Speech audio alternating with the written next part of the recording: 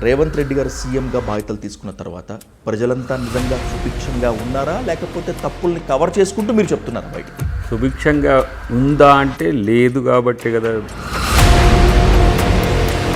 కాంగ్రెస్లో 1,00,000 మంది సీఎంలు ఉన్నారు. కోమటిరెడ్డి వెంకరెడ్డి గారి దగ్గర నుంచి పొంగులేటి శ్రీనివాసరెడ్డి గారి వరకు, ఉత్తమ్ కుమార్ రెడ్డి గారి దగ్గర నుంచి బట్టి విక్రమార్క వరకు. ఎందుకు నీ గ్రూప్ తగాదాలు, ఎందుకు నీ గ్రూప్ కొట్లాటలు? ఇప్పుడు ఎవరి అస్తిత్వం వాళ్ళకు ఉంటుంది, వాళ్ళ యొక్క ఆలోచనలు వాళ్ళకు ఉంటాయి. కానీ కాంగ్రెస్ పార్టీ ఇప్పటికి ఇట్లా ఉంటుందని చాలామంది అనుకోలేదు.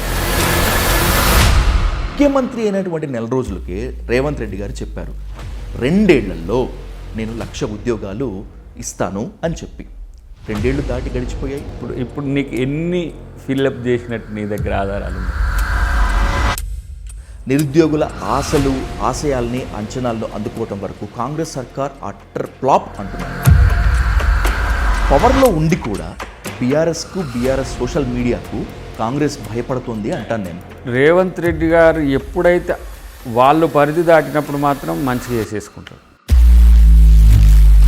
2 ఏళ్ళైన తర్వాత కూడా బీఆర్ఎస్ దూసుకుపోతోంది, మేమున్నామని చెప్తోంది, రాబోయే గవర్నమెంట్ మాదే అని కేసీఆర్, కేటీఆర్, హరీష్ రావు సవాల్ విసురుతున్నారంటే అది మీ వైఫల్యం కదా. బావబామార్దుల మధ్యన పోటీలో నేను నెంబర్ 1 అంటే నేను నెంబర్ 1 అంటానికి పోటీ పడి మీటింగ్లు పెట్టుకొని ఈ పవర్ వార్ తట్టుకోలేక, ఈ పవర్ వార్లో నలిగిపోలేకే కవిత బయటకు వెళ్ళారా, లేకపోతే ఆస్తి పంపకాల్లో, అక్రమాల పంపకాల్లో తేడా వచ్చిందా? దానికి మీ దాంట్లోనే విలన్లు ఉండని కదా ఆమె చెప్పింది. 6 పేజీల లేఖ నువ్వు చూడలేదా ఎవరి మీద అన్నది? డ్రగ్స్ అన్నారు, సమంత విడాకుల కారణం అన్నారు, రేవంత్ రెడ్డి గారే ఏకంగా రకుల్ రావు అన్నారు, ఫోన్ ట్యాపింగ్ చేసి ఎందరో జీవితాలు నాశనం చేశాడు కేటీఆర్ అన్నారు. ఇప్పటి వరకు ఒక్క అలిగేషన్ అయినా ప్రూవ్ అయిందా? మౌనం కూడా అర్ధాంగీకారం. రేపా మీకు కేసు అయినాక తెలుస్తుంది. నిరుద్యోగుల్లో, పోటీ పరీక్షల అభ్యర్థుల్లో అసంతృప్తి ఉంది, గవర్నమెంట్ పైన వ్యతిరేకత ఉంది అనుకున్నప్పుడు ఎక్కడికి వెళ్ళాడు అద్దంకి దయాకర్, ఎక్కడికి వెళ్ళారు ప్రొఫెసర్ కోదండరామ్ అంటే మీరు డైరెక్ట్గా లైబ్రరీకి వెళ్ళి వాళ్ళతో మాట్లాడే ప్రయత్నం చేశారు. అక్కడితో ఆగిపోయారేంటి? మిమ్మల్ని ఆపేశారా, లేకపోతే మీరు ఆగిపోయారా? తెలుగు రాష్ట్రాల్లో ఇప్పుడు ఏం నడుస్తుంది అంటే ఏపీ వర్సెస్ తెలంగాణ ఇష్యూ ఒక రేంజ్లో నడుస్తుంది అని చెప్పి టక్కున చెప్తారు. సరే, తెలంగాణలో ఏం నడుస్తుంది అంటే అరాచకం, అప్రజాస్వామికం అంటోంది ప్రతిపక్షం బీఆర్ఎస్. బీఆర్ఎస్ ఇంకా అధికారంలో ఉన్నట్లుగానే కళ్ళకంటోంది. ప్రజా సంక్షేమ పాలనలో ప్రజలంతా సుభిక్షంగా ఉన్నారు అంటున్నారు అధికార కాంగ్రెస్ నేతలు. ఇంతకీ తెలంగాణలో ఏం నడుస్తోంది, ఏం జరుగుతోంది, ఏం జరగబోతోంది అనేటువంటి దానిపై ఇన్ డీటెయిల్గా, ఇన్ డెప్త్గా డిస్కస్ చేద్దాం. Let's invite Telangana government whip, Congress MLC Addanki Dayakar గారు అంటూ the dial news hot seat with Vijay Saad. Dayakar అన్న నమస్తే. నమస్తే. Welcome to dial news. ఓవరాల్గా మాట్లాడుకుందాం. మీరు ఎప్పుడు మాట్లాడినా కూడా చాలా హానెస్ట్గా మాట్లాడతారు కాబట్టి అడుగుతున్నాను. తెలంగాణలో ప్రజాప్రభుత్వం వచ్చిన తర్వాత, అంటే మీరు అంటున్నారు కాబట్టి, రేవంత్ రెడ్డి గారు సీఎంగా బాధ్యతలు తీసుకున్న తర్వాత ప్రజలంతా నిజంగా సుభిక్షంగా ఉన్నారా, లేకపోతే తప్పుల్ని కవర్ చేసుకుంటూ మీరు చెప్తున్నారా బయటికి? సుభిక్షంగా కావాలి. సుభిక్షంగా ఉందా అంటే లేదు కాబట్టి కదా మళ్ళీ ప్రజాప్రభుత్వాన్ని ప్రజలు తెచ్చుకున్నది. ఇప్పుడున్న పరిస్థితుల్లో మనం ఏ విధంగా మరింత పేదలకు, మధ్యతరగతి, దిగువ మధ్యతరగతికి ఎక్కువ సహకారంగా ప్రభుత్వం ఉండాలనేది రేవంత్ రెడ్డి గారి ఆకాంక్ష. 100% సుభిక్షం అవుతుందా అన్నప్పుడు ఒక ఇంత డెవలప్ అయిన స్టేట్స్లోనే అది ఇంకా ఇబ్బందికరంగా ఉంటుంది. సో కాబట్టి మనం దాన్ని, ఈ సుభిక్షాన్ని పెంచుతూ పోవాలి 100% చేరుకునేంతవరకు. సో ఆ విషయంలో రేవంత్ రెడ్డి గారు చాలా ప్రణాళికబద్ధంగా ముందుకు వెళ్తున్న పరిస్థితి అయితే నాకు కనబడుతున్నది. పేరుకు మాత్రమే రేవంత్ రెడ్డి గారు అధికారిక సీఎం. కాంగ్రెస్లో 1,00,000 మంది సీఎంలు ఉన్నారు. కోమటిరెడ్డి వెంకరెడ్డి గారి దగ్గర నుంచి పొంగులేటి శ్రీనివాసరెడ్డి గారి వరకు, ఉత్తమ్ కుమార్ రెడ్డి గారి దగ్గర నుంచి బట్టి విక్రమార్క వరకు. ఎందుకు ఇన్ని గ్రూప్ తగాదాలు, ఎందుకు ఇన్ని గ్రూప్ కొట్లాటలు? ముఖ్యమంత్రి లాగా అందరూ పనిచేస్తే మంచిదే. మీరు అన్నది నేను అట్లా తీసుకుంటా. ముఖ్యమంత్రులు ఉన్నారు అని అంటే మంచిదే, ఎందుకంటే అందరూ ముఖ్యమంత్రిలాగానే పనిచేస్తారు కదా. కానీ ముఖ్యమంత్రి అయితే డెఫినెట్గా అది ఏమనాలి, దానికి పర్టికులర్గా చెప్పాలంటే అందరూ నాలాగా పని చేయాలనే కోరిక తనకు ఉన్నది. అందరూ పని చేస్తున్న క్రమమే, ఇంకా పెంచాల్సిన అవసరం ఉంది. అంటే ఈ స్పీడ్ కంటే ఇంకా కొంచెం రేవంత్ రెడ్డి గారు ఉన్న స్పీడ్ను అందరూ ముందుకు పోవాల్సిన పరిస్థితి వస్తుంది. ఆ స్థితికి అందరూ కూడా, మంత్రులందరూ కూడా వెళ్ళాల్సిన అవసరం. సభలు సమావేశాల్లో, ప్రెస్ మీట్లలో, అధికారిక సభల్లో అందరి మధ్య ఐకమత్యం ఉన్నట్లు బాగా కనిపిస్తూ ఉంటుంది. కానీ గ్రౌండ్ లెవెల్లో మాత్రం పరిస్థితి అలా లేదు అని చెప్పి నాతో మాట్లాడిన కాంగ్రెస్ కార్యకర్తలు చాలామంది అన్నారు. To be frank that I'm asking, coordination నిజంగా ఈ వీళ్ళందరి మధ్య ఉందా? రేవంత్ రెడ్డికి అందరూ సపోర్ట్ చేస్తున్నారా? 100% మీరు కాంగ్రెస్ పార్టీ ఇప్పటికి ఇట్లా ఉంటుందని చాలామంది అనుకోలే. ఇప్పుడు ఎవరి అస్తిత్వం వాళ్ళకు ఉంటుంది, వాళ్ళ యొక్క ఆలోచనలు వాళ్ళకు ఉంటాయి. కానీ ప్రభుత్వంగా ఇంత ఏమంటారు మెరికల్ లేని, అరమరికల్ లేని సాన్నిధ్యము నేను కంటిన్యూస్గా చూస్తున్నా. నేను పదవుల్లో లేనప్పుడు చూస్తున్నా, పదవులు వచ్చినాక చూసినా. ఇది ఈ కోఆర్డినేషన్ అనేది అసంతృప్తి వైపు తీయాలనేమో మిగతా ప్రతిపక్షాలు లేకపోతే విపక్షాలు చూస్తారు. బట్ గవర్నమెంట్ విషయంలో ఎక్కడ ఎవ్వరు కూడా కాంప్రమైజ్ కావట్లేదు. అందరూ సమఉజ్జీలుగా పనిచేస్తూ ముందుకు పోతున్న క్రమంలో రేవంత్ రెడ్డి గారి నాయకత్వాన్ని అంగీకరిస్తున్న క్రమాన్ని నేను స్పష్టంగా చూస్తున్నాను. నేనేదో నిన్ను ఈ ఇంటర్వ్యూలో ఏది నువ్వు అన్నదాన్ని అఫెండ్ చేయడానికో డిఫెండ్ చేయడానికో కాకుండా మీరు గమనించండి, గతంలో 2022 కంటే ముందు కాంగ్రెస్ పార్టీ నాయకుల మధ్య ఉన్న ఏమంటారు వర్గ పోరు, మీరన్న ఆధిపత్య పోరు, గవర్నమెంట్ ఏర్పడ్డ తర్వాత అది ఉన్నదా అని అంటే కంపల్సరీ లేదు అని చెప్పాలి. ఎందుకంటే అది ఆ ప్రభుత్వం ఏర్పడిన తర్వాత ఒక ఐక్యత వచ్చింది. మనం ఉన్న పరిస్థితుల్లో ముందుకు తీసుకుపోవడానికి ఏ విధంగా చేయాలనే విషయంలో ఎవరు కూడా బయట ఒకటి లోపల ఒకటి ఏం లేదు నాకున్న అంచనా. పవర్లో ఉన్నా లేకున్నా, పదవులు ఉన్నా లేకున్నా కూడా అద్దంకి దయాకర్ అంటే క్యాడర్కి అందుబాటులో ఉంటాడు అనేటువంటి బ్రాండ్ మీకుంది. ఇప్పటికీ కూడా దాదాపు అంతే ఉంది. హానెస్ట్గా చెప్పండి, నిజంగా కాంగ్రెస్ కార్యకర్త తెలంగాణలో హ్యాపీగా, హోప్ఫుల్గా ఉన్నాడా? అంటే ఇప్పుడు అధికారం వచ్చిన 2 సంవత్సరాలే కాబట్టి ఆశల కంటే కోరికల కంటే ప్రభుత్వంతో మేము దగ్గర ఉండాలనే కోరిక కార్యకర్తకు ఉంది. వ్యక్తిగతంగా నా విషయానికి వచ్చినప్పుడు నేనే అందుబాటులో ఉండలేని స్థితి అప్పుడప్పుడు వస్తున్నది. దాన్ని మనం ఇంకా రీచ్ పెంచుకోవాల్సిన, అంటే నాకంటే నియోజకవర్గం ఇప్పుడు పర్టికులర్గా లేదు, ఓవరాల్గా స్టేట్ క్రౌడే ఎక్కువ ఉంటారు, లేకపోతే ఇతరత్ర మన వాళ్ళు వచ్చినప్పుడు ఉంటారు. కానీ ఇప్పుడు కార్యకర్త కోరుకుంటున్నది ఇప్పటి నుంచి చేయాల్సిన బాధ్యత ప్రభుత్వం మీద ఉంది, పార్టీ మీద ఉంది. ఎందుకంటే 2 రకాలు, ఒకటేమో ప్రభుత్వ పదవులు, 2 పార్టీ పదవులు ఉంటాయి. ప్రభుత్వ పదవులు రాని వాళ్ళకి ఏం చేయాలి, పార్టీలో మనం ప్రయారిటీ ఇవ్వాలి. అది సార్ట్అవుట్ చేస్తున్నారు పూర్తి స్థాయిలో. అవన్నీ చేస్తూనే ఎంత ఉన్నా అందరికీ ఒకేసారి అవకాశం రావాలంటే ఒక దఫా ఇప్పుడు 2.5 years కొంతమంది చైర్మన్లు ఉంటే మళ్ళీ 2.5 years కొంతమంది కొత్త వాళ్ళకి అవకాశాలు వస్తాయి. అట్లా మనం పని చేసిన విధానాన్ని బట్టి ఉన్న పదవులను పంచడం ఒకటి. కార్యకర్త ప్రభుత్వ పనితీరు పట్ల డెఫినెట్గా వాళ్ళు సంతృప్తిగా ఉన్నారు. కానీ వాళ్ళకు అవకాశాల దృష్ట్యా కూడా ఆలోచిస్తున్నారు. ఎందుకంటే అది తప్పదు కదా. ప్రభుత్వం లేనప్పుడు కొట్లాడిన ఏవైతే శక్తులు ఉన్నాయో వాళ్ళంతా క్షేత్రస్థాయిలో చాలా బలంగా పనిచేసిన కార్యకర్తలు. లేకపోతే టీఆర్ఎస్ను బీఆర్ఎస్ను ఇటు బీజేపీ లాంటి వాటిని ఎదుర్కొని వాళ్ళు నిలబడ్డారు అంటే ఎంత ధీటుగా ఈ పరిస్థితిలో ఉన్నారు. వాళ్ళకి డెఫినెట్గా అవకాశాలు వచ్చేంతవరకు మాలాంటి వాళ్ళని కూడా ఇండైరెక్ట్గా ఎక్కడెక్కడ ఉన్న వాళ్ళను పుష్ చేస్తూనే ఉంటాం, పెద్దలకు చెప్తూనే ఉంటాం వాళ్ళకి ఏ పదవులు ఇవ్వచ్చు అని. ఇప్పుడు మేము ఇన్ఛార్జీలుగా ఉన్నప్పుడు కూడా సుదీర్ఘకాలంగా పనిచేసిన కార్యకర్తల యొక్క వివరాలు అందించడము, ఇప్పటికి కూడా చాలామంది వివిధ జిల్లాల నుంచి వచ్చిన వాళ్ళకి కూడా వాళ్ళ అంశాలని అటు ముఖ్యమంత్రి గారి దృష్టికి, ఇటు మంత్రివర్గం దృష్టికి, పార్టీ దృష్టికి కూడా తీసుకుపోతుంటాను నేను. సో అది ప్రైమరీ రెస్పాన్సిబిలిటీ నాకు పర్టికులర్గా. ఎందుకంటే అధికారం రాగానే అద్దంకన్నా అందకుంటే వెళ్ళిపోయింది అనేది ప్రచారం వస్తే లైఫ్ టైం అది బ్యాడ్ వస్తుంది. కానీ మా తుంగతుర్తి వాళ్ళని మాత్రం నా దగ్గరికి కలవడానికి రానిస్తా, కానీ పని విషయంలో అక్కడ లోకల్ ఎమ్మెల్యే గారు, మంత్రులు వాళ్ళనే చూడాలి. ఎందుకంటే మళ్ళీ అక్కడ డీవియేషన్ రావద్దు. అదేమవుతుంది మనల్ని అంటే ఇది మళ్ళీ గ్రూపులను పెంచుతుంది. అక్కడ మా వాళ్ళు కొంత నారాజు అవుతుంటారు.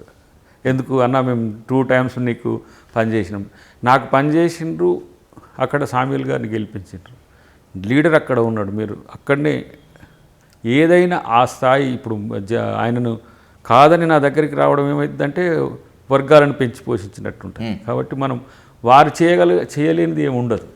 ఇఫ్ అండ్ ఇఫ్ కేస్ ఏదైనా ఉంటే అది ఇద్దరం కలిసి చేస్తాం. అట్లా అన్ని నియోజకవర్గాల్లో కూడా ప్యాసిఫై కావాల్సిన అవసరం ఉన్నది. స్లోగా అది అవుతున్నది. అక్కడ వర్గాల మధ్యన వైరం వల్లనే కార్యకర్త సమస్య ఎదుర్కొంటాడు. దాన్ని తగ్గించే ప్రయత్నమే లీడర్ చేయాలి. అది అందరూ చాకచక్యంగానే చేస్తున్నప్పుడు కొన్ని ప్రాంతాల్లో ఇప్పుడు కొత్తగా వచ్చిన ఎమ్మెల్యేల దగ్గర కానీ, లేకపోతే ఇద్దరు టికెట్ కొరకు పోరాడిన దగ్గర ఒకరికి వచ్చి ఎమ్మెల్యే అయిన దగ్గర అక్కడ కొంత ఉంటుంది. కానీ వాటి ప్యాసిఫై చేయడం అధికారంలో చాలా ఈజీ. కాంగ్రెస్ గవర్నమెంట్ వస్తే మా బతుకులు మారతాయి, మా రాతలు మారతాయి, మాకు నేతలందరూ అందుబాటులో ఉంటారు అని నమ్మినటువంటి వాళ్ళు నిరుద్యోగులు, పోటీ పరీక్ష అభ్యర్థులు. వాళ్ళతో మాట్లాడినప్పుడు కాంగ్రెస్ సర్కార్ వచ్చిన తర్వాత అద్దంకి దయాకర్, కోదండరామ్ సార్ వీళ్ళంతా మాకు దూరం అయిపోయారు అని. మీరు దూరం అయ్యారా? దూరంగా ఉండమని సీఎం రేవంత్ రెడ్డి చెప్పారా? నేనే వాళ్ళ దగ్గరికి పోయినా. అశోక్ నగర్ లైబ్రరీకి నేనే పోయినా. వెళ్ళారు. ఎందుకు అని అంటే పల్స్ ఆఫ్ ది లేదంటే what is the idea of the student అనేది, లేకపోతే అన్ఎంప్లాయీ అనేది తెలియకుండా పరిష్కారం కాదు. కానీ నేను అధికారులతోని, తర్వాత మన పెద్దలతోని, ఎవరైతే మంత్రి వాళ్ళ దగ్గర ఉన్న ఖాళీల వివరాలు నేనేమనుకున్నా అంటే ఒక అఫీషియల్ మీటింగ్ టీజీపీఎస్సీతోని, తర్వాత ఇతర రిక్రూట్మెంట్ వాళ్ళతో విద్యార్థులతో పెట్టాలని అనేసరికి ఏమవుతుందంటే ఎవరు లీడర్లు అనే దగ్గర కొంత తటపటాయింపు ఉంటుంది. ఒక 20 మందిని పిలిచినాం అనుకోండి, ఇంకో 20 మంది, ఇంకో 40 మంది అనుకున్నాం అనుకోండి, ఇంకో 40 మంది ఉంటుంది. స్టూడెంట్ లీడర్స్ చాలా విద్యార్థి విభాగాలు పార్టీలకు అనుకూలంగా ఉన్నాయి, ఇండిపెండెంట్ విద్యార్థి సంఘాలు ఉన్నాయి, విద్యార్థులుగా పోరాడేటోళ్ళు కూడా ఉన్నారు. సో అది కాంజెషన్ వస్తుంది. తర్వాత కొంతమంది పొలిటికల్గా ఏదో మైలేజ్ కొరకు కొంతమందిని చేసి మళ్ళీ దాంట్లో అది చేస్తే సీఎం కూడా కలవడానికి ఇష్టంగానే ఉండే. కానీ ఎందుకు మనం నోటిఫికేషన్స్ వేస్తే అదే సమాధానం కదా అని. ఇప్పుడు అందుకని ప్రతి నెల ఒక నోటిఫికేషన్ వచ్చేటట్టుగా ప్రణాళిక చేసుకున్నారు. సో ఉన్న ఖాళీలంతవరకు మనం వంతుల వారీగా వేసుకుంటూ పోయి ఇప్పుడు కానిస్టేబుల్ పడ్డాయి, 5,000 కాదు 19,000 మొత్తం పూర్తి స్థాయిలో వేయమని ఇట్లా డిమాండ్లు వస్తున్నాయి. తర్వాత ఏజ్ సర్వసాధారణంగా నిరుద్యోగులు, పోటీ పరీక్షల అభ్యర్థులు మాకు ఉద్యోగాలు కావాలి, నోటిఫికేషన్లు వేయమని చెప్పి అడుగుతారు, నిరసనలు చేస్తారు.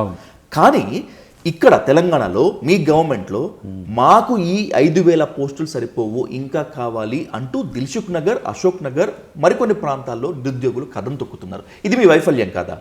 అంటే ఇప్పుడు అసలు వేయొద్దన్నట్ట, 19,000 వేస్తేనే వేయన్నట్ట, పెంచమంటున్నారు. ఈ 5,000 సరిపోవు మాకు, విపరీతమైన కాంపిటీషన్. దాని విషయాలు వాళ్ళ డిమాండ్ ఉంటే పరిశీలిస్తారు. కానీ ఎంత మనం రిక్రూట్ చేసుకోవాలనే విషయంలో ప్రభుత్వానికి కొన్ని కులమానాలు ఉంటాయి, వాటిని బట్టి మూవ్ అవుతారు. డిస్క్రిప్షన్ ఇప్పుడు ఫర్ ఎగ్జాంపుల్ ఏజ్ రిలాక్సేషన్ మళ్ళీ మాకు 5 సంవత్సరాలు కావాలని చాలామంది అడిగాను. దాన్ని మనం 10 years వరకు ఎక్స్టెండ్ చేయగలిగినాం, వన్ ఇయర్ కోసం. సో అట్లా సాధ్యమైన అన్నీ కూడా చేసుకోవచ్చు. ఇప్పుడు నోటిఫికేషన్ విషయంలో కూడా ఇప్పుడు డిఎస్సి కూడా అడుగుతున్నారు, వాటికి సంబంధించి కూడా సార్ట్అవుట్ చేస్తున్నారు. తర్వాత బడ్జెటరీ పోస్టులు ఏవైనా కూడా మనం శాంక్షన్స్ కూడా తీసుకోవాల్సిన అవసరం ఉంటుంది ఫినాన్స్ డిపార్ట్మెంట్ నుంచి. అట్లాంటప్పుడు వాళ్ళు కోరుకోవడంలో తప్పు లేదు, డెఫినెట్గా వాటిని వేయాల్సిన బాధ్యత కూడా మనకు ఉంటుంది. ఎగ్జాక్ట్లీ. ఇప్పుడు ఇన్ని టెక్నికల్గా మిస్టేక్స్ చెప్తున్నారు, ఫినాన్షియల్ డిపార్ట్మెంట్ మనకు ఆమోదం తెలపాలి అది అని చెప్పి. కానీ ముఖ్యమంత్రి అయినటువంటి 4 రోజులకే రేవంత్ రెడ్డి గారు చెప్పారు 2 ఏళ్లలో నేను 1,00,000 ఉద్యోగాలు ఇస్తాను అని చెప్పి. 2 ఏళ్ళు దాటి గడిచిపోయాయి. ఇంకా ఆయన మాట క్లియర్ కట్గా చెప్పుకోవాలనుకుంటే 1 yearలో 2 లక్షల ఉద్యోగాలు అన్నారు. కాదు, ఇప్పుడు నీకు ఎన్ని ఫిల్అప్ చేసినట్టు నీ దగ్గర ఆధారాలు ఉన్నాయి ఈ 2 yearsలో? మీరు చెప్పండి, టెక్నికల్గా మీరు చెప్పండి. ఆల్మోస్ట్ ఆల్ 80-85 వరకు వస్తాయి ఇప్పుడు ఈ కొత్త నోటిఫికేషన్స్తోని. తర్వాత ఉన్న ఖాళీలు 2 లక్షల వరకు ఉన్నాయి. ఓకే. వాటిని అంటే మనం ప్రభుత్వంలోకి వచ్చినప్పుడు 1,89,000, 1,90,000 అట్లా వాటిని మనం వంతుల వారీగా ఇప్పుడు మనం అన్నది ఏంది, ముందు జాబ్ క్యాలెండర్ ఒకటి డిఫైన్ చేసేసి ఈ టైంలో మనం ఈ టైంలో ఇది అని అసెంబ్లీని ప్రకటిద్దామనేది ఒక అంచనా ఉండే. ఖాళీలకు సంబంధించిన అంశంలో వివరాల సేకరణతో పాటు చాలా బడ్జెటరీ పోస్టులను మనము ఇప్పటికిప్పుడు నింపే పరిస్థితి ఉండదు. కాబట్టి దాన్ని బైఫర్కేట్ చేసి మాస్గా ఉపయోగపడే అన్ని ఫస్ట్ ఏదైతే మనకు స్టాఫ్ నీడెడ్ ఉంటుందో వాటిని ముందు మనం ఇప్పుడు ఈ సంవత్సరాంతానికి మీకు డెఫినెట్గా 1 lakh కంప్లీట్ అవుతాయి. మళ్ళీ మనం నెక్స్ట్ ఇయర్లో కూడా మళ్ళీ అసలు యాక్చువల్గా 40,000 ఎట్ ఏ టైం చేయాలనేది ఒక ఆలోచన ఉండేవారికి. 40,000ను ప్రతి నెల వచ్చే నోటిఫికేషన్స్లో దాన్ని కంప్లీట్ చేసే ప్రయత్నం చేస్తున్నారు అధికారులు. కొన్ని టెక్నికల్ ఫ్లాస్ ఏంటంటే వీళ్ళు మనం నోటిఫికేషన్ వేయంగానే ఏదో ఒక చిన్న క్వరీ చలో కోర్టు మళ్ళీ స్టే ఇట్లా కాకుండా అవన్నిటి కూడా సరిదూసి చేస్తున్నారు. ఇప్పుడు జాబ్ క్యాలెండర్ నుంచి నిరుద్యోగ భృతి వరకు, నిరుద్యోగుల ఆశలు ఆశయాల్ని అంచనాలను అందుకోవటం వరకు కాంగ్రెస్ సర్కార్ అట్టర్ ఫ్లాప్ అంటున్నారు. మీరు నిజంగా నిజాయితీగా తప్పెక్కడుందో వెతికే ప్రయత్నం చేశారా? ఆర్థికం ఈ అనేటోళ్ళది ఆర్థిక అంశాల మీద ఎందుకు వాళ్ళకి గుర్తు రావట్లే. ఒక సంవత్సరానికి 76,000 కోట్ల రూపాయల అప్పులకు సంబంధించిన ఈఎంఐలు, తర్వాత వడ్డీలు, లేకపోతే కార్పొరేషన్ల కిస్తులు, ఇవన్నీ ఎవరు చేసిన దరిద్రం ఇది? గవర్నమెంట్ ఫామ్ చేస్తాము, గవర్నమెంట్ ఖచ్చితంగా మేమే ఫామ్ చేస్తాము అన్నప్పుడు తెలంగాణ ఆర్థిక పరిస్థితి ఇలా ఉంది అని చెప్పి చెప్పిండ్రా ఎవరన్నా? రేవంత్ రెడ్డి గారికి సూపర్ ఇంటెలిజెన్స్ ఉంటుంది కదా. అట్లా ఎట్లా ఉంటుంది? అట్లా గవర్నమెంట్ అప్పులను అసలు 7 లక్షల కోట్లు ఎవడన్నా ఉన్నదని ఉన్నదా? సెంట్రల్ గవర్నమెంట్ కూడా ఒకసారి నిర్మలా సీతారామన్ 5 లక్షల కోట్లు ఉంటుందని చెప్పింది. విచిత్రం ఏంటంటే ఈ నిరర్ధకమైన, ఇంకా మనం మంచి భాషలో చెప్పాలంటే ఉపయోగం లేని పెట్టుబడి పెట్టిండు మొత్తం కేసీఆర్. ఫర్ ఎగ్జాంపుల్ మనం అనుకుంటే ఇప్పుడు కాళేశ్వరం కట్టిండు 1,00,000 కోట్లు, సంవత్సరానికి 12,000 కోట్ల అప్పు. ఈ 7 సంవత్సరాలు అది కట్టిన ఓపెన్ అయిన కాంచి లేకపోతే ఏదో ఎప్పుడు చేసిండ్రో వాళ్ళు, కానీ అప్పటి నుంచి దానికి వైట్ ఎలిఫెంట్ లాగా పెట్టుబడి పెట్టడమే తప్పితే దాని నుంచి వచ్చింది ఏంది అంటే ఇంకా వాళ్ళు ఏమంటారు, మీరు ఇప్పుడు గంటిపేటలో వాడేది కూడా కాళేశ్వరం వాటరే అంటారు. చుక్క నీరు మనం కాళేశ్వరం నుంచి తీసుకురావట్లేదు ఇప్పటికీ. దాన్ని నేను చూసిన మొన్న ఫ్లైట్లో వచ్చేటప్పుడు ఆ ఎండ ఉంది, అక్కడి నుంచే వస్తుండే. మొత్తం అక్కడ మనము ఏంది నీటిని కిందికి పంపించే ప్రయత్నమే చేస్తాం. నేనేమంటున్నా అంటే ఇట్లాంటి కొన్ని విషయాలే ఇంకా మనకు ఆశ్చర్యం అనిపిస్తాయి ఆర్థిక దుబారా విషయంలో. ఎందుకంటే నేను కామర్స్ డాక్టరేట్ కాబట్టి కొన్ని నేను కీన్గా కాగ్ రిపోర్ట్స్ని కానీ వాటిని చూస్తా.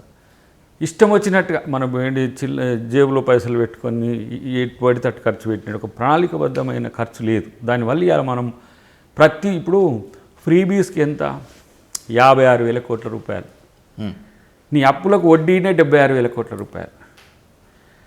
మనం ఇంకా పర్టికులర్గా మా నెలవారీ బడ్జెట్ చెప్పాలంటే 26,000 కోట్ల రూపాయలు రమారమి, 24 నుంచి 26,000 కోట్ల రూపాయలు మనకు అవసరం ఉంది.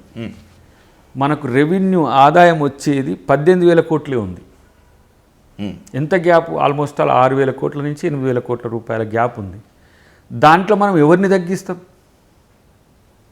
ఎవరిని తగ్గించడానికి కూడా వీల్లేదు. ఈ పరిస్థితుల్లో బీఆర్ఎస్ అని కనుక ఉంటే, వాళ్ళు చేసిన అదే పరిపాలన కొనసాగి ఉంటే, నిజంగా చెప్తున్నా అసలు చాలా ఇబ్బందులు ఎదుర్కొనేటోళ్ళు వాళ్ళు.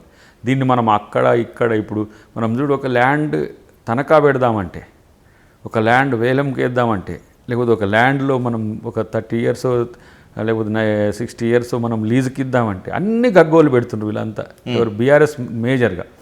ఎక్కడ వాళ్ళకి భూములు ఉన్నాయో వాళ్ళకి బాగా తెలుసు కదా. ఇప్పుడు రెవెన్యూ రావాలి. నేనేమన్నా మొన్న భట్టి గారు ఒక మీటింగ్ నల్గొండ జిల్లా ముఖ్య నాయకులతో పెట్టినప్పుడు ఇదంతా ఎకనామిక్ సిచ్యువేషన్ అంతా చెప్పిన తర్వాత మనకి ఇప్పుడు 6,000 కోట్ల రూపాయలు పర్ మంత్ స్కేర్స్ వస్తున్నది కదా. వీటిని 4,000 కోట్లు, 3,000 కోట్లు, 2,000 కోట్లకు తీసుకురావడానికి ఏం చేయాలి? రెవెన్యూని పెంచాలంటే ఇప్పుడు మనము ఫ్లాట్ల రేట్లో పెంచినాం అనుకోండి, అది ప్రజాభారం అవుతుంది. ఇంకా దేని నుంచి మనం తీసుకురావాలి? ఏవైతే ఇప్పుడు నిరర్ధకంగా ఉన్న భూములో వాటిని లీజ్ లేదంటే ఇతరాత్ర అవసరాలతో దాన్ని మనం ఎవరు వాళ్ళకి అమ్మం. దాని నుంచి రెంట్, ఇప్పుడు మనం ఇంటిని కాక రెంట్కి ఇచ్చినట్టుగా ల్యాండ్ని కూడా రెంట్కి ఇచ్చుకోవచ్చు. సో అది కొంత ఒక 20,000 కోట్లు ఎట్ ఏ టైం బడ్జెట్లో వస్తే మీకు భారం తగ్గుతుంటుంది. ఎందుకు? 2,24,000 కోట్ల పైచిలకు మనకు ఆదాయం వస్తుంది. 3 లక్షల కోట్ల బడ్జెట్ మనం పెడుతున్నాం. ఇక్కడనే స్కేర్ సిటీనికి 75,000 కోట్లు ఉంది మళ్ళీ. సో వీటిని మనం టోటల్గా రికవర్ చేయాలంటే ఎట్ ఏ టైం చేయడానికి వీలుండదు. ఇది ఒక 10 సంవత్సరాల యొక్క ల్యాగింగ్ ఇదంతా కూడా. 10 సంవత్సరాల నుంచి అక్యుములేటెడ్ లాసెస్ అంతా మనకి యాడికి వచ్చినాయి? ఒక 60,000 కోట్ల వరకు 70,000 కోట్ల వరకు వచ్చినాయి. వాటిని మనం తగ్గించుకోవడానికి ప్రభుత్వ ఆస్తుల్ని వినియోగించి ప్రజలకు మనం వీటిని అందించడం ఎలా అనే ఒక ప్రణాళిక చేసుకుంటే మంచిదన్నప్పుడు ఇప్పుడు ఈ మధ్య కొంత ప్రజల మీద భారం పడకుండా వ్యాపారవేత్తల మీదనో ఇతరత్ర ఆదాయ వర్గాల మీద పడే కొన్ని అంశాలు తెర మీదకి తీసుకొచ్చి కొంత ఆర్థిక వెసులుబాటు కలుగుతుంది. కానీ బ్రేక్ ఈవెన్ రావడానికి ఇంకా నీకు 3-4 సంవత్సరాలు పడుతుంది. That's my question to. ఇప్పుడు గవర్నమెంట్ అధికారంలోకి వచ్చి దాదాపు 3 ఏళ్ళు అవుతుంది, ఇంకా 2 ఏళ్లే ఉంది మీ చేతిలో. ఇంకా క్లియర్ కట్గా మాట్లాడుకుంటే ఒక 1 ఇయర్ మాత్రమే ఉంది. ఈ 1 ఇయర్ తెలంగాణ ఆదాయాన్ని పెంచే విధంగా ప్రణాళికలు వేస్తూ ఉంటారా, లేకపోతే ఇది 1 ఇయర్ కూడా మళ్ళీ ఇట్లనే బీఆర్ఎస్ వైఫల్యాలు, బీఆర్ఎస్ తెలంగాణకు చేసినటువంటి ద్రోహం అని చెప్పుకుంటూ అసలు వాళ్ళ గురించి చర్చ పెట్టాల్సిన అవసరమే లేదు. ఎందుకంటే ఇప్పుడు సంపద సృష్టి, సంపద పంపిణీ, సంపద సృష్టి లేకుండా ఖర్చు చేసిండ్రు.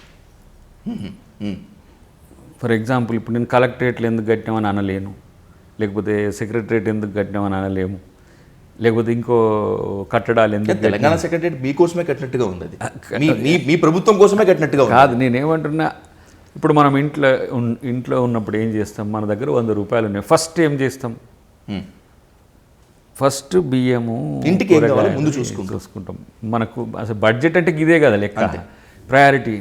100 రూపాయలు రాగానే బయట తీసుకుపోయి హోటళ్ళల్లో, ఛాయ్ కొట్లలో అంత పెట్టి 60 రూపాయలు ఖర్చు చేసినావు అనుకో, నీ దగ్గర నీకు ఇంట్లో ఖర్చు పిల్లలకి చేయడానికి ఏముంటుంది, లేదు. ఎవడో ఏమంటాము, ప్రయారిటీస్ మారుతాయి, మనం చెప్పడానికి కూడా కాదు. ఆ విధంగా నేనేమంటున్నానంటే ఉన్న బడ్జెట్ను ఆర్థికంగా మనకు వెసులుబాటు కలిగే వనరులన్నిటి వినియోగించి ఉత్పత్తి లేకుండా సంపద పంపిణీ జరగాలి, లేకపోతే సంపద ఉత్పత్తి లేకుండా ఉన్న వాటి మీద ఖర్చు చేసింది. ఇప్పుడు అది దానివల్ల వస్తున్న రిప్లికా నీకు ఈ వేవ్స్ మినిమం 7-8 ఇయర్స్ పడతాయి. ఇది ఎప్పుడో నాకు మన జానారెడ్డి గారు చెప్తే నాకు అర్థం కాలేదు. ఎందుకు మీరు గవర్నమెంట్లోకి వస్తే మామూలు కష్టం ఉండకపో అని అన్నాడు. అంటే సెకండ్ టైము మనం గవర్నమెంట్లోకి వస్తే చాలా కష్టం ఉంటుండేది. అయితే థర్డ్ టైం మేము వచ్చినాం, అంటే second tenure 2 tenure KCR, third టైంకి వచ్చే వరకు దాన్ని ఇంకా పెరిగింది. పెరగడాన్ని కూడా దాచిండ్రు. కార్పొరేషన్ అప్పులు కానీ, లేకపోతే ఇట్లా ప్రత్యేకంగా తెచ్చిన కొన్ని ఆర్బీఐతోని, ఎఫ్ఆర్బిఎం కాకుండా ఇంకా కొన్ని, చివరికి 20,000 కోట్లు సంథింగ్ 19,000 కోట్లు రుణమాఫీ చేయడానికి అక్టోబర్లో తెచ్చిండ్రు.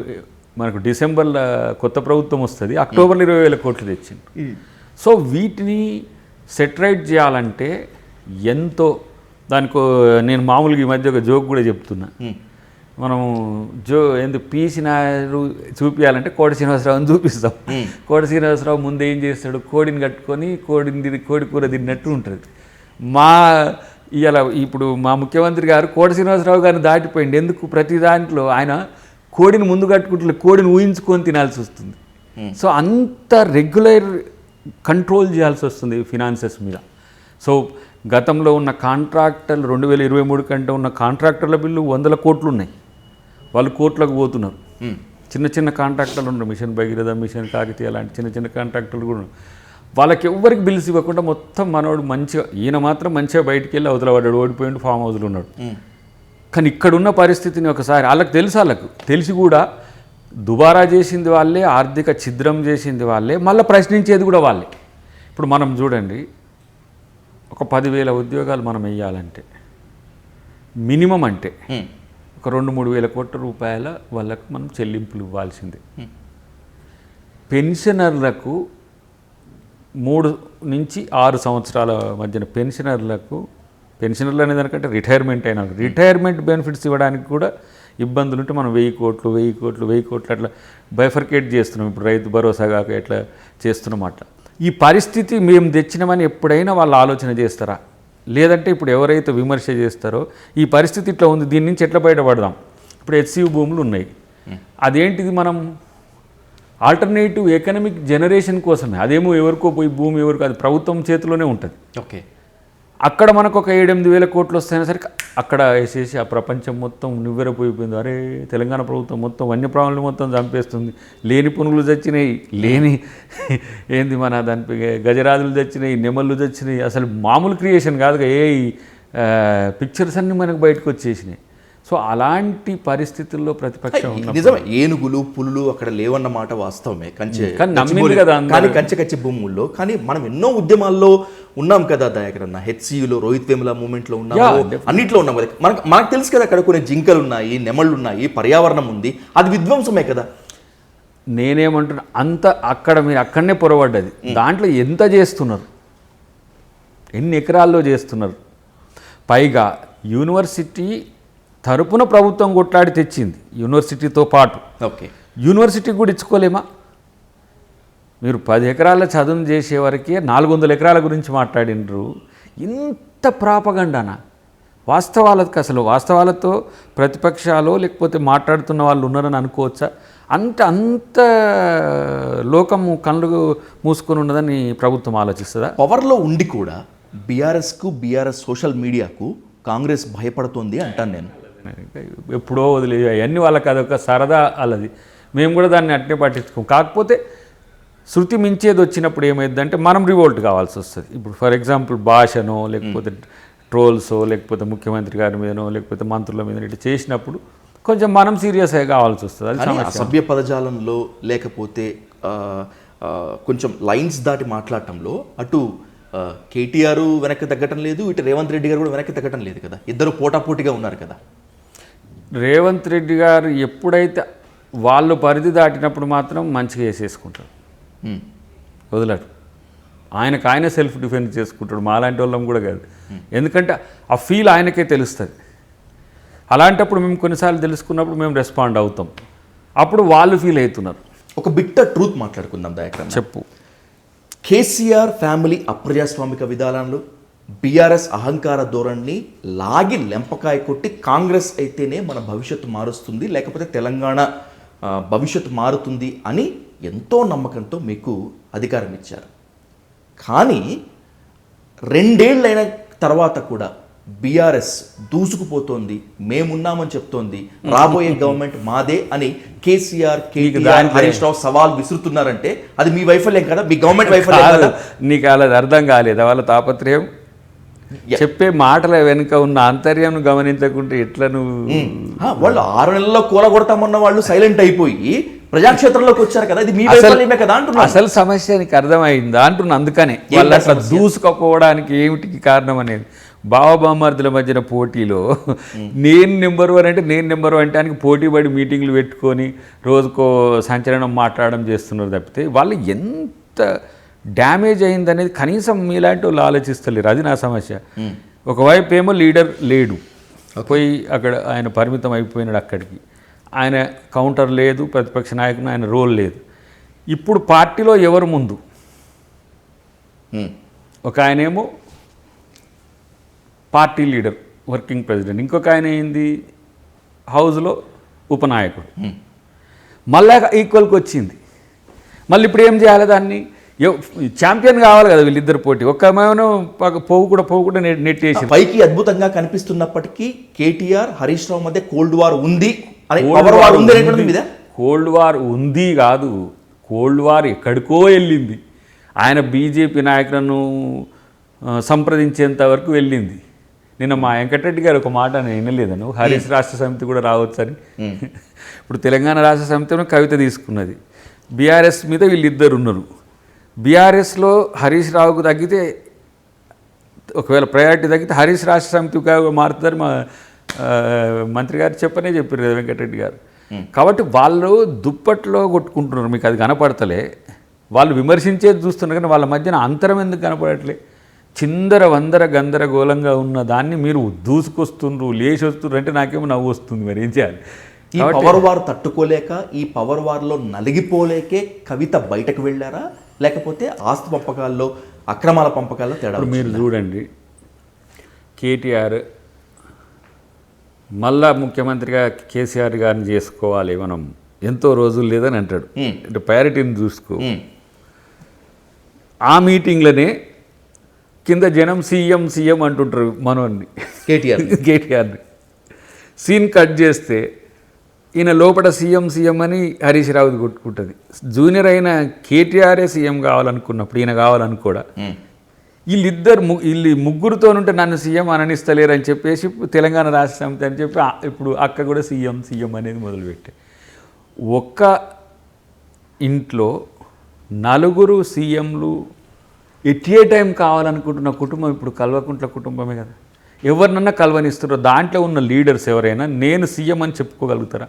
ఇప్పుడు మీరు ఏమన్నారు, మీ పార్టీలోనే చాలామంది సీఎం లాగా తిరుగుతున్నారు, సీఎం లాగా ఫీల్ అయ్యారు. That is the beauty of the democracy. మా సీఎం ఏమంటుండు కాన్ఫిడెంట్గా, నేను 2034 వరకు కూడా నేను ఉంటున్నా.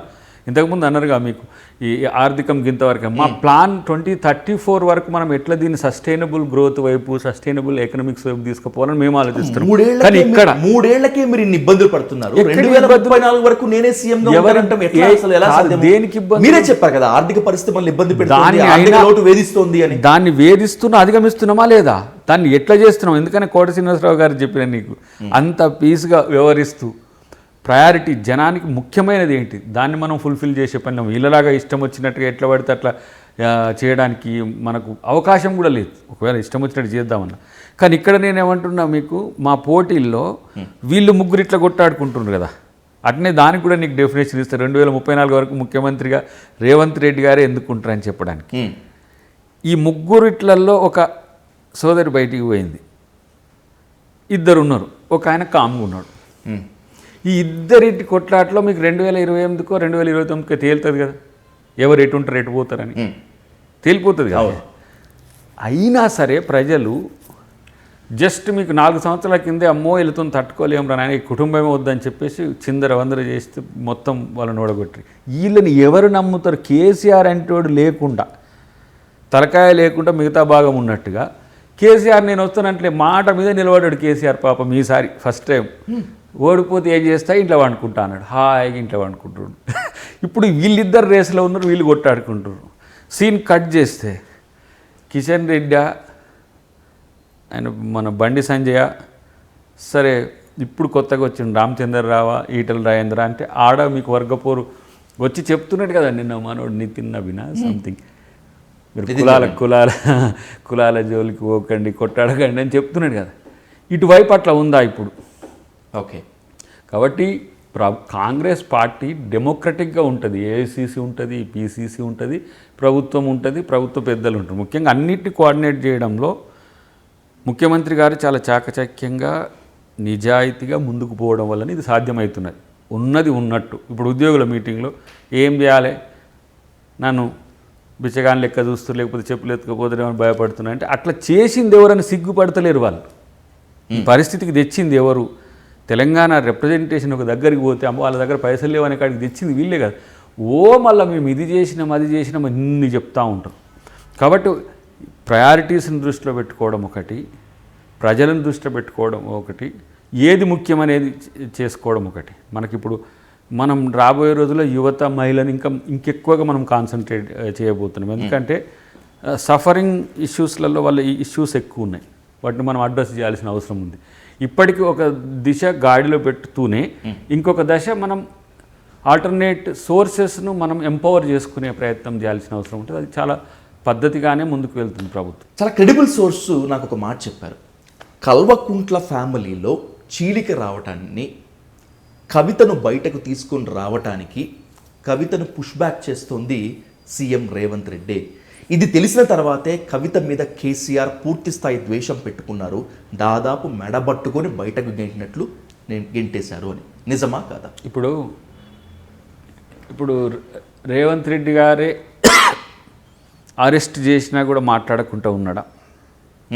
రేవంత్ రెడ్డి గారే కవితమ్మను అరెస్ట్ చేయమని చెప్పిండా?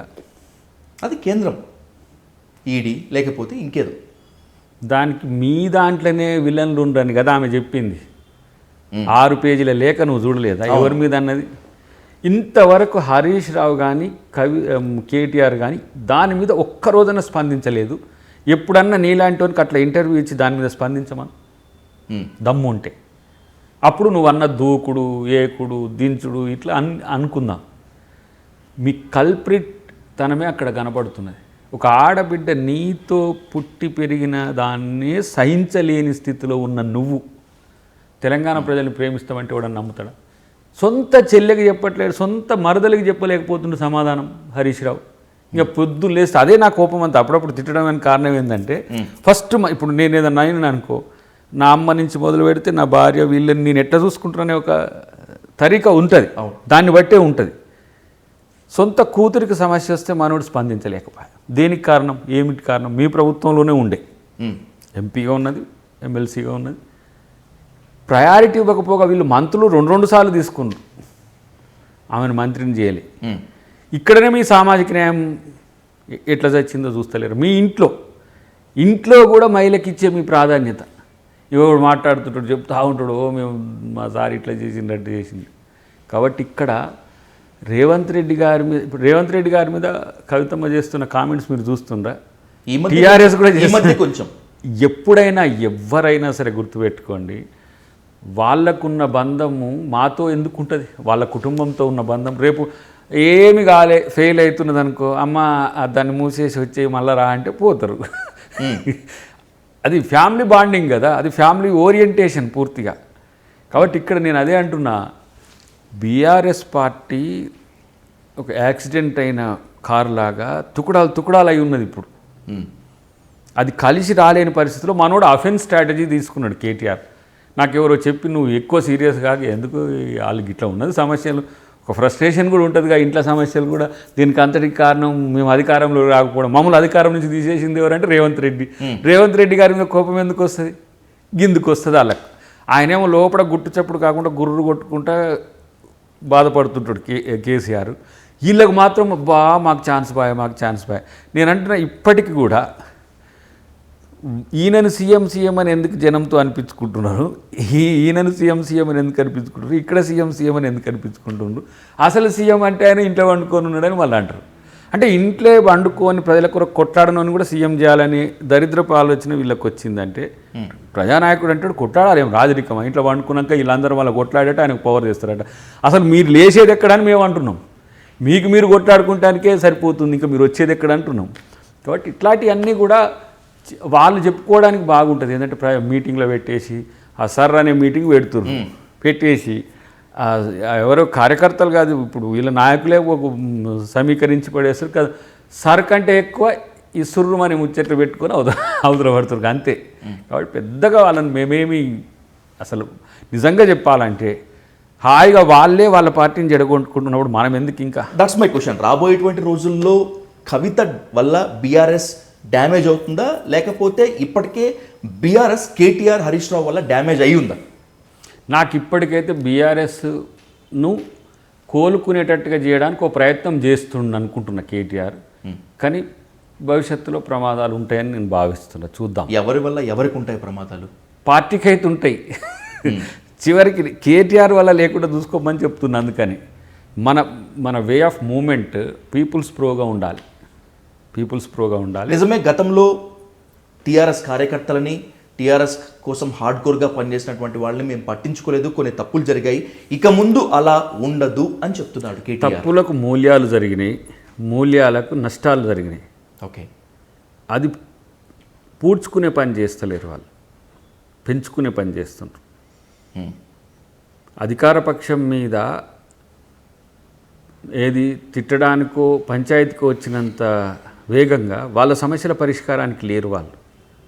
అది అఘాతం పెరుగుతున్నది, అది వాళ్ళు కప్పిపుచ్చుతున్నారు. కాబట్టి ఆ ఎగురుడు ఎందుకు అంటే గిందుకని చెప్పిన చాలాసేపటి నుంచి. ఆ ఎగురుడు ఎందుకు వాళ్ళు చేస్తున్నారంటే గిది అసలు పరిస్థితి. ఏంటంటే వాళ్ళు నిలబడాలంటే మళ్ళీ ఇటు బీజేపీ వస్తూ అంటుంది, బీజేపీ టార్గెట్ చేసింది. అట్లాంటప్పుడు బీజేపీ చెప్పినట్టు చేయాల్సి వస్తుంది బీఆర్ఎస్. ఇప్పటికీ ఎమ్మెల్యేలు మీకు, ఎంపీలు మాకు అనే ఒప్పందం ఒకటి ఉంది. మరి ఇప్పుడు వాళ్ళు ఏం చెప్తారు, మళ్ళీ 60-40 అంటారా, 30-70 అంటారా? ఇప్పుడు మళ్ళీ అదొక ప్రమాదం వచ్చిందనుకో, అదొక సమస్య. లేకపోతే పోస్ట్ పోల్ అలయన్స్లో ఉందామా, ప్రీ పోల్ అలయన్స్లో ఉందామా? వాళ్ళ ఇద్దరి లక్ష్యం కాంగ్రెసే కదా. బీజేపీకి న్యాచురల్గా కాంగ్రెస్ పార్టీ రాష్ట్రాలు ఉండొద్దు. ఇక్కడ మేము ప్రధానమైన ప్రత్యర్థి ఎవరు? బీఆర్ఎస్కు అధికార పక్షంగా ఉన్న మేమే కదా. కాబట్టి దాని కొరకు కలుస్తారు, నిలబడతారు, కొట్లాడతారు, ఏదేదో చేసి ప్రయత్నం చేస్తారు.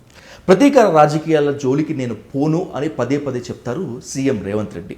కానీ ఒక ఇన్సిడెంట్ ప్రతీకార రాజకీయంలాగే అనిపిస్తోంది. అదే ఆర్ఎస్ ప్రవీణ్ కుమార్ భద్రత తగ్గించినటువంటి విషయంలో, బండి భగీరథ్ విషయంలో తెలంగాణ సర్కార్ని సీఎం రేవంత్ రెడ్డిని బాగా కార్నర్ చేశారు అనేటువంటి ఒక ఇష్యూతో ఆర్ఎస్ ప్రవీణ్ కుమార్ భద్రత తగ్గించారా సీఎం రేవంత్ రెడ్డి?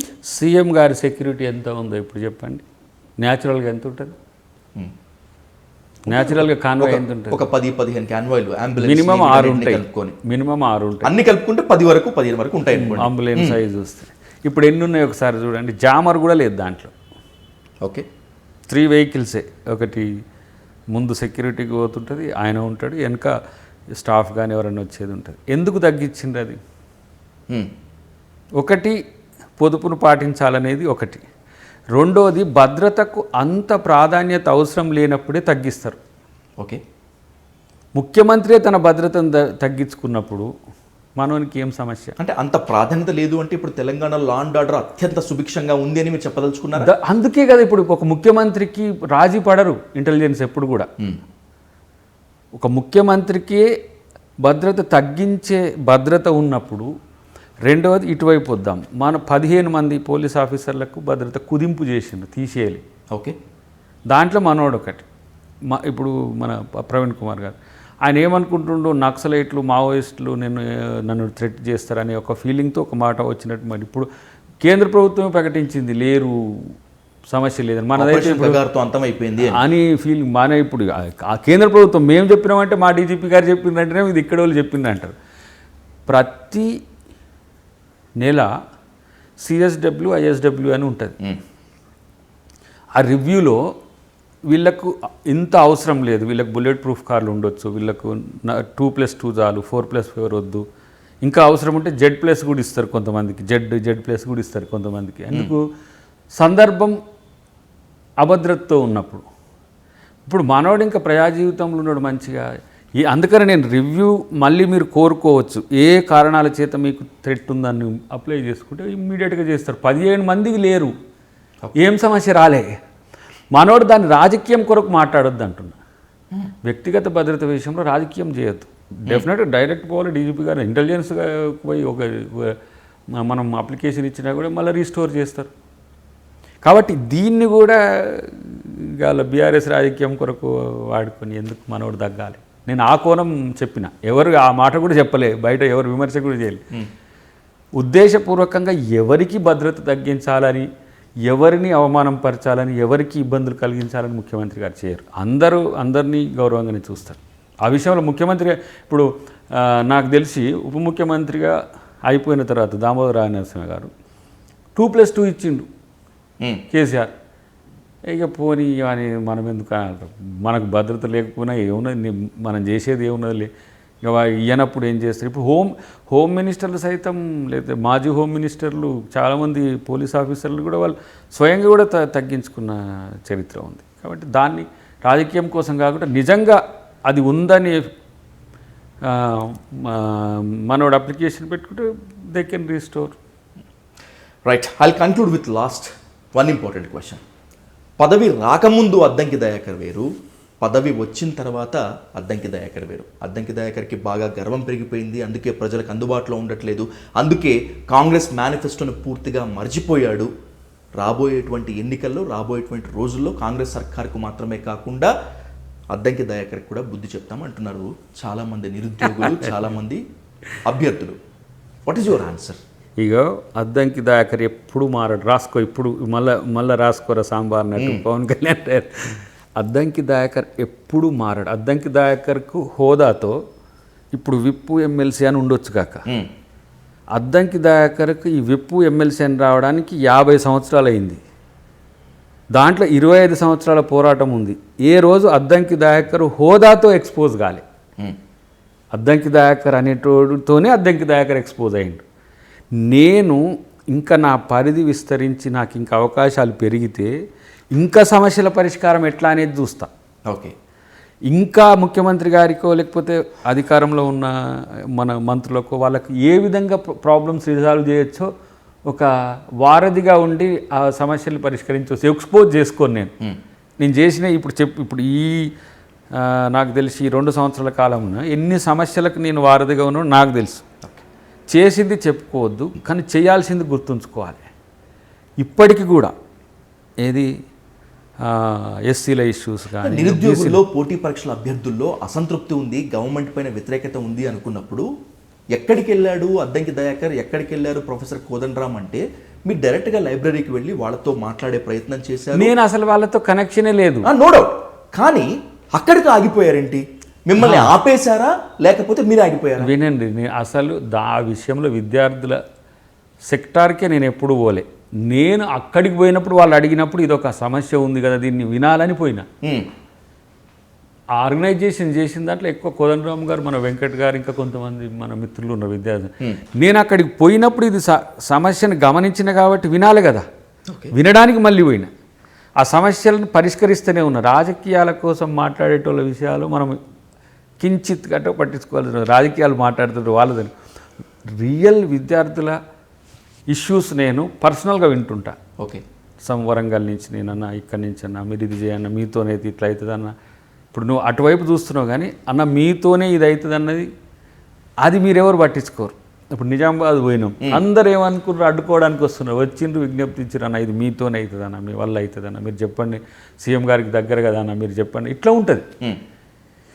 ఇప్పుడు ఎవరైతే కొంతమందిని రెచ్చగొట్టి చేసేటోళ్ళు వీళ్ళు ఉంటారో వాళ్ళతోని వచ్చే మాటలు మీరు వింటున్నాయి.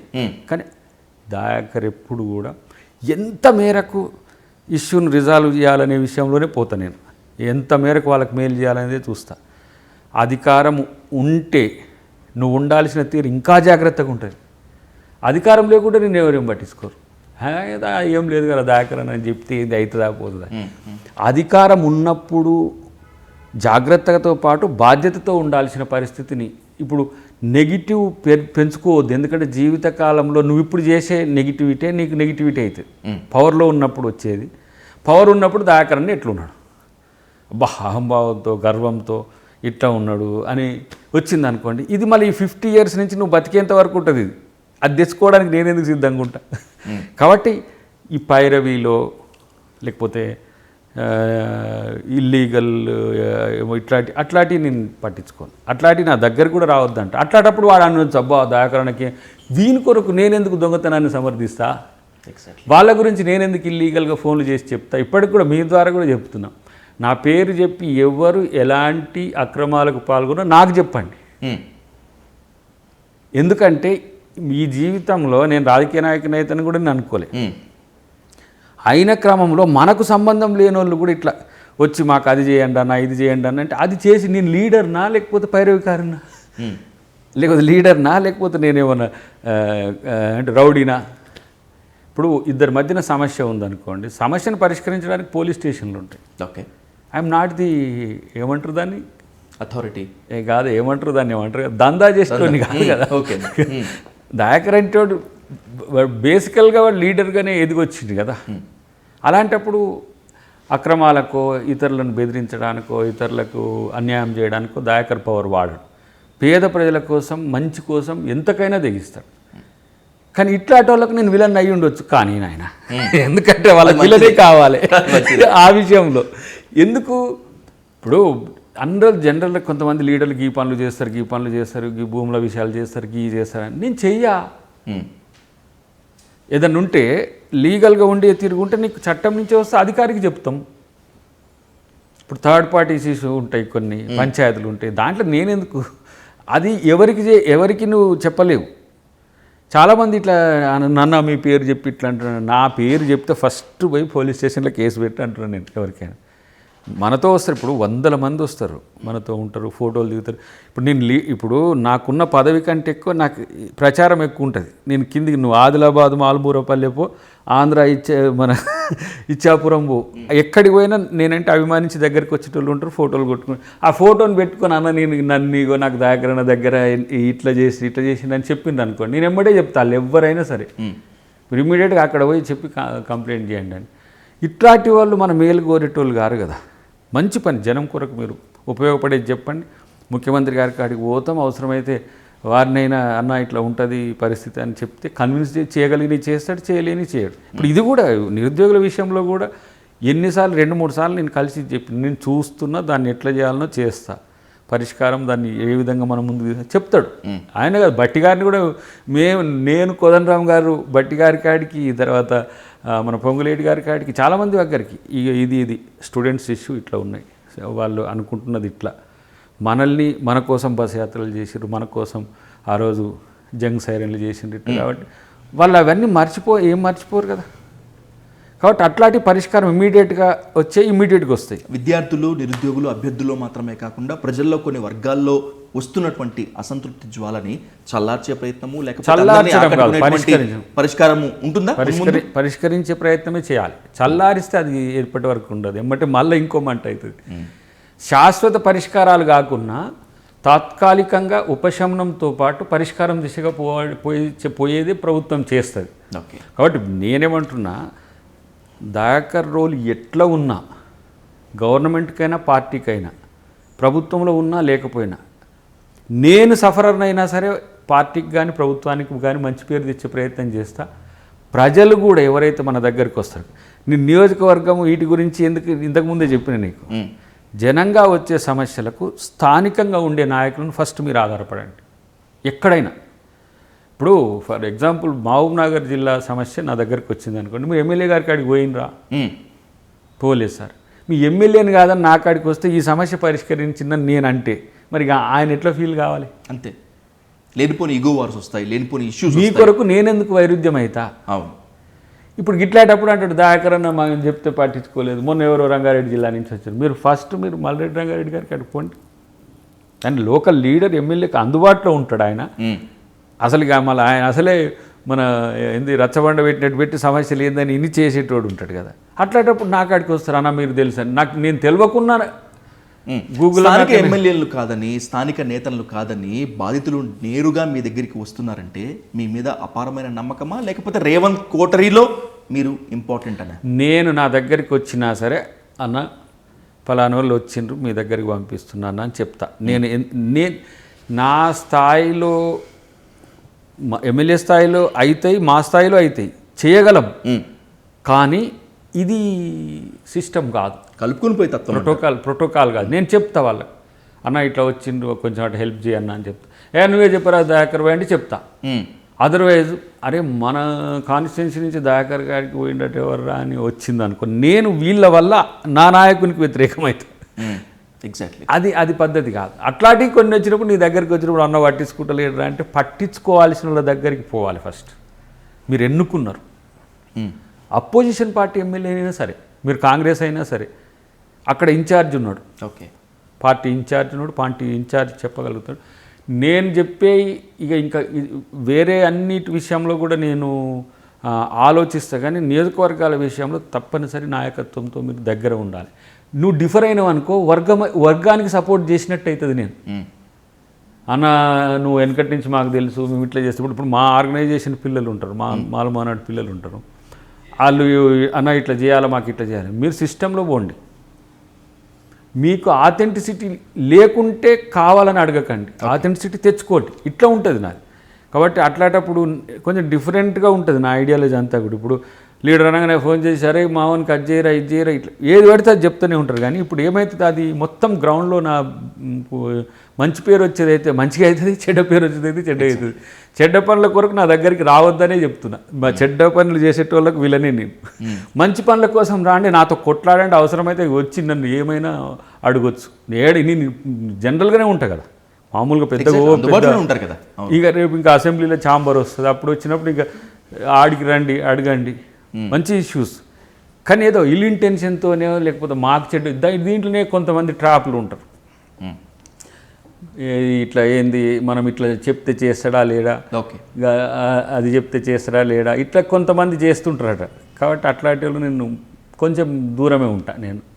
కాబట్టి పైరవీలు వద్దు, ఓకే, పని చేసుకోండి. పైరవీకారుని అయ్యే పరిస్థితే వస్తే నాయకుని కూడా ఉండొద్దు నేను. ఇప్పుడు అయ్యే కదా, ఇప్పుడు నిరుద్యోగులు కానీ కొంతమంది ఇట్లా అని మోసపోయేదంతా ఈ పైరవీలతో. అది లీడర్గా నేను ఏం చేయాలి, నీకు సపోర్ట్ చేయాలి. ఫలాని సాధుకు చెప్తే పని అయిద్దానని ఇమ్మీడియట్గా ఫోన్ తీసుకోవాలి, చెప్పాలి, సాధు గారు ఇది చేయండి అని అంటే చేసేస్తాను. This is my duty. లేదు ఒక లెటర్ పెట్టేస్తా ఇమ్మీడియట్గా. ఎవరికైనా మంచిగా ఒక 5-6 బండిల్స్ కొట్టించిన ఎవరు వచ్చినా వాళ్ళకు నా పేరు మీద ఇస్తే నా మీద ఉన్న గౌరవంతో కూడా పనులు చేస్తున్నారు. సో అది నాకు సంతృప్తి తప్పితే ఏదో పనికిరాని పంచాయతీలో కొట్లాటలో ఇల్లీగల్ దందాల్లో మన లాంటి వాళ్ళు ఉంటే అది మన చెప్పుకోవడానికి కూడా బయట అది నాకు ఆత్మగౌరవ సమస్య అవుతుంది. మేము ఇట్లా ఉంటాము, మోరల్గా ఉంటాము ఇట్లా అని చెప్పి ఇప్పుడు నీకు నైతికత కోల్పోతుంది. అది ఎగ్జాక్ట్లీ అన్న. ఎందుకంటే ఇక పాత తరం నుంచి అంతా ఇప్పుడు చూసుకుంటూ వచ్చిన వాళ్ళంతా ఎంత మేరకు వాళ్ళ శక్తిని ఉపయోగించి పని చేసి పెట్టాలనే ఆలోచన ఉన్నోళ్ళని చూసుకుంటూ వచ్చినాం. కాని పని పట్టుకొని రావద్దు, మళ్ళీ నా స్థాయిని మించిన పని పట్టుకొని వచ్చి ఇట్లా మీరు చేయన్న అంటే కూడా కాంగ్రెస్ గవర్నమెంట్లో ఏ పనైనా అవుతుందని అంటారు కదన్నా. నా స్థాయి కాదు, మీ స్థాయి గురించి నేను మాట్లాడలేను, కానీ ఒక ఫేమస్ సేయింగ్ ఉంది దయాకర్ అన్న. కాంగ్రెస్ గవర్నమెంట్లో పని చేయించుకోలేని వాడు, పని చేయించుకోవటం చేతకాని వాడు ఏ గవర్నమెంట్లో ఉండలేడు, ఏ గవర్నమెంట్తో పని చేయించుకోలేడు, రాజకీయాలకు పనికిరాడు అని. ఇప్పుడు రూల్స్కి విరుద్ధంగా ఉన్న బ్రేక్ చేయాల్సి వస్తుంది. ఓకే, అట్లాంటి నేనైతే సపోర్ట్ చేస్తలేను. మీరు సపోర్ట్ చేస్తారని కదా, కానీ చెయ్యరు, బయట పైన కూడా చేయరు, ముఖ్యమంత్రి గారు కూడా చేయరు. ఎందుకంటే రూల్స్ని బ్రేక్ చేయరు. వారు డిస్క్రిషనరీ పవర్ను కూడా నిబద్ధతతో వినియోగిస్తాడు. వాళ్ళ సొంత వ్యక్తులైనా ఎవరైనా సరే. ఈ గవర్నమెంట్లో నేను చూస్తున్న మ్యాక్సిమం మంత్రులు కూడా అంతే, ఎవరైనా సరే ఆ పరిపాలనలో ఆ పారదర్శకతను గమనిస్తున్నా. దట్స్ ఎ గుడ్ థింగ్ అనమాట. అంతకుముందు ఇది కాదు అనేది జరుగుతాయని మీరు అంటున్నారు, కానీ ఇప్పుడున్న ప్రభుత్వంలో ఇది డీవియేట్ కావాలంటే కూడా 10 times ఆలోచించాల్సిన పరిస్థితి వస్తుంది. పారదర్శకత అని మీరు అంటున్నారు, కానీ సెక్రటరియట్లో ఏకంగా ఆర్థిక మంత్రి ఛాంబర్ ముందు, బట్టి ఛాంబర్ ముందు ఇంత పర్సంటేజ్లు అడుగుతున్నారు, మా బతుకులు ఏమైపోవాలి, మేము ఎట్లా చచ్చిపోవాలని చెప్పి కొంతమంది కాంట్రాక్టర్లు ధర్నాలు చేశారు కదా, దానికి ఏం చెప్తాం? ధర్నాలు చేస్తుండంటేనే ఉద్దేశపూర్వకంగా ఉన్నట్టు లెక్క. బిల్లు కావాల్సిన వాడు ఏం చేస్తాడు? ఇచ్చుకోలేని ధర్నాలు చేస్తాడు కదన్నా. ధర్నా నువ్వు నీకున్న రాజ్యాంగబద్ధ హక్కును వినియోగించుకొని నువ్వేం చేసినావు? పాస్ తీసుకొని, సామాన్యులకు కూడా అదే పాసు, మీకు కూడా అదే పాసు తీసుకొని వచ్చి రాజకీయ ప్రయోజనం కోసం ధర్నాలు బట్టి గారి ఆఫీస్ ముందు చేస్తే ఏమనుకోవాలి? ఇంటికాడ చేయవచ్చు, ఏడైనా చేయొచ్చు, ధర్నా చౌక్ కాడ కూడా చేయొచ్చు. తీవ్రత పెంచడం ఇది 2023 కంటే ముందు కేసీఆర్ బాధిత సంఘం వీళ్ళంతా. ఆయన బిల్స్ ఇయ్యలే, కోట్ల రూపాయలు వచ్చేసి ఇప్పుడు బట్టి గారి నియమని అంటే ప్రతి బిల్లు ఇచ్చేదాని వెనుక ప్రజాప్రయోజనం, విస్తృత ప్రజాప్రయోజనం దృష్ట్యానే బిల్లులు రిలీజ్ అవుతాయి. మాది లేదా, మాది కాదా, ఇది కాదా అంటే ఇప్పుడు కాళేశ్వరం కట్టంతా పోసిరు, తవ్విరు, ఇప్పుడు వాళ్ళకంతా పైసలు ఇచ్చుకోవడం, ఆ దాని నుంచే లాభం లేదు.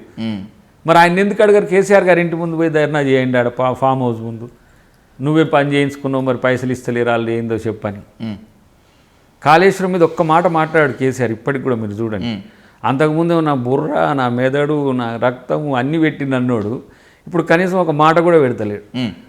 కాబట్టి అది రాజకీయ కోణం. కానీ కాంగ్రెస్ ప్రభుత్వంలో అందరూ కూడా మ్యాక్సిమంగా ప్రజలకు చేరువవ్వడం, ప్రజా పనులు చేయడం వరకు ఎక్కడ కూడా కాంప్రమైజ్ కావట్లేదు. కాకపోతే ఇష్టం వచ్చినట్టు పనులు అయితే ఏదైనా పని అవుతుంది, లీగల్ అయినా ఇల్లీగల్ అయినా అవుతుంది అనుకుంటే అది మీ భ్రమనే అవుతుంది తప్పితే మరొకటి కాదు. ప్రత్యేకించి నేను గమనిస్తున్నా కూడా చాలా వరకు. ఓకే, అక్కడ ఏమంటారు, మన పేషీలు ఉంటాయి కదా, పేషీలకు వచ్చి కొనుక్కుంటూ పోతూ ఉంటారు, మాకు ఈ పని చేయమంటే చేస్తారంటే అది విరుద్ధమైన దాన్ని చేయమని అంటే ఇప్పుడు నేనెందుకు చేయాలని అంటాడు ఎవరైనా. ఇప్పుడు అధికారి కూడా అంతే, అధికారులు కూడా మంత్రులైనా లేకపోతే ఎమ్మెల్యేలైనా ఎమ్మెల్సీలైనా ఎవరైనా కాని పని చేయమంటే సార్ ఇది వర్కౌట్ కాదు సార్, ఇది మేము చేయలేమని అంటారు. ఎందుకంటే దీన్ని గత ప్రభుత్వంలో అట్లా చేసిన వాళ్ళు జైల్లోకి పోయిన పరిస్థితి వస్తున్నది కదా. ఓకే, అట్లా ఉంటుంది. రైట్ దయాకర్ అన్న, రాబోయేటువంటి రోజులు చాలా అత్యంత కీలకమైనవి. ఎందుకంటే ఎన్నికలకి ఇంకా 2 ఏళ్ళు ఉన్నప్పటికీ కూడా తెలంగాణలో మాత్రం ఎలక్షన్ హీట్ పెరిగింది. రాబోయే రోజుల్లో మళ్ళీ కూర్చుందాం. ప్రభుత్వ వైఫల్యాలు మాత్రమే కాకుండా ప్రతిపక్ష పాత్రపై కూడా మళ్ళీ డిస్కస్ చేద్దాం. Thank you so much. Thank you.